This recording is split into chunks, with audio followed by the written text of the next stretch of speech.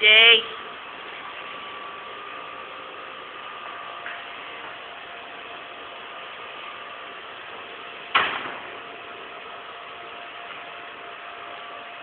Di mo na ba umalis ba? Ayan. Hindi na bibig, sabi nila umalis. Ito ang room ng room 1. So, Ito ang room ni confession room. Ito. Ito ang confession room. Papasok si Patrick ako. Sabi siya ni Big Bro. Hindi kita mo po sa inidoro. Yan. YouTube ko to eh. Ito ang yan, tutulog sila. Yan si Malunggay. Tapos si Boss. Nagsosolo kumakain mag-isa. Tapos si Tita Tess. Ito yung bed ni Negro. Ayan, focus natin si Negro. Negro. Ayan. Dito naman si Ping. Si Jay. Si Memong yung nasa dulo. Memong. Oh. Yan. Ito ang aming kwarto. Ito ang kwarto. Ito yung bed ko. Lumabas na sa confession room si Patrick. Meron siya nagawang violation.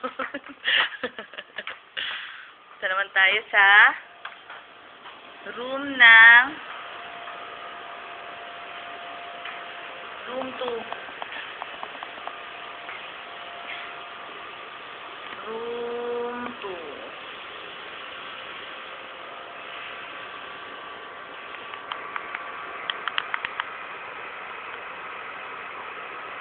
Yan ang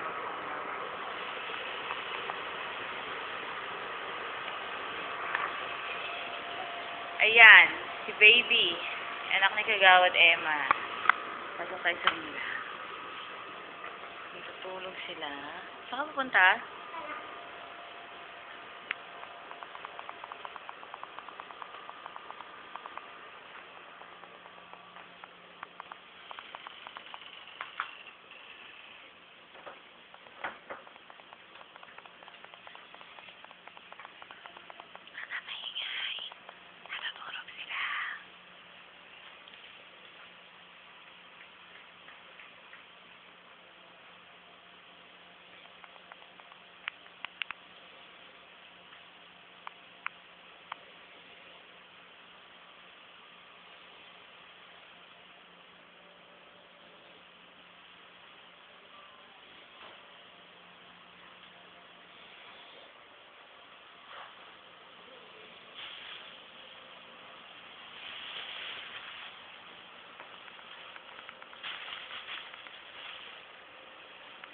Morlag sila kasi prepare sila sa mamaya. Ito si Mia.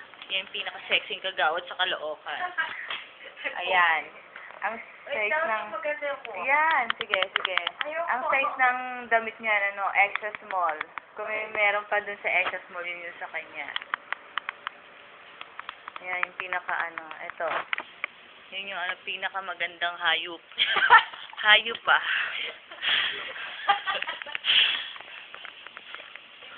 Hindi tao, hayop pa. Yan. Yan, natutulog sila. Natulog na ako eh. Nag-church na ako. Yan yung anak ni Kagawad Emma.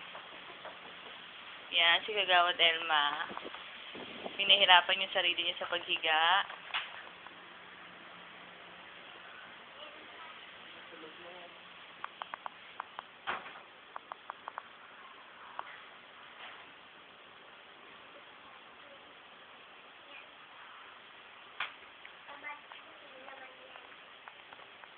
Yan. daw tao sa taas. Nakunan ko nga. Ayun, si Mia. Pumasok sa confession room. May nagawa siyang violation, kaya siya nasa confession room. Ayan, bahay ni Kuya. Oo, anong kinakarga mo? Kakain ka na naman, ah. Uy, hindi ah.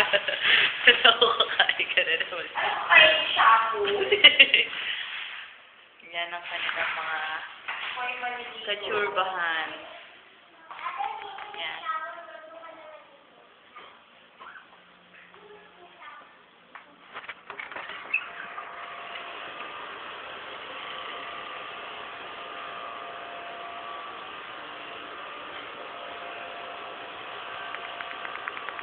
Nakita niyo yan. Nakita niyo yan. Tayo dito.